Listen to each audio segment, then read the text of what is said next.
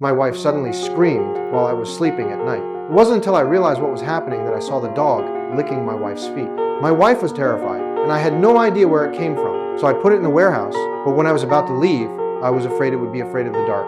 I left the light on for it. The next day, my daughter loved the dog and begged me to keep it. But I couldn't do anything. My wife made the decisions at home. At this point, my wife also brought over the lost dog poster and asked me to find someone willing to adopt it. So I took the dog to the shelter, but the staff said they already had enough dogs. I knew he didn't want to take it in either, so I took it to a friend to see if she could adopt it for a few days, but the kitten didn't seem to like it. Since I had to go to work, I took it with me to school. While I was lecturing, it played happily beside me. Although I was reluctant to part with it, I still asked the students if anyone wanted to adopt it.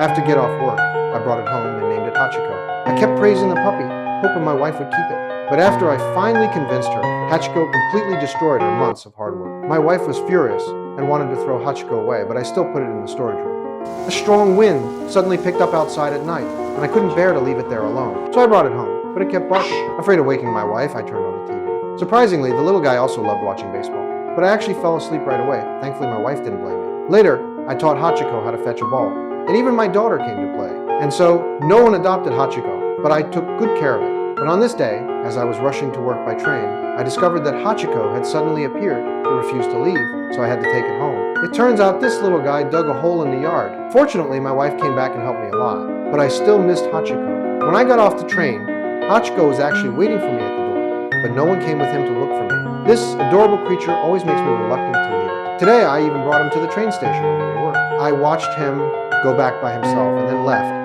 Since then, every time I come home, I see Hachiko waiting for me. But this time it was gone, so I had to go home to look for it. It turned out a skunk had come to our house, and Hachiko was too scared to come out. I just managed to trap the skunk in a box, but Hachiko pounced on me.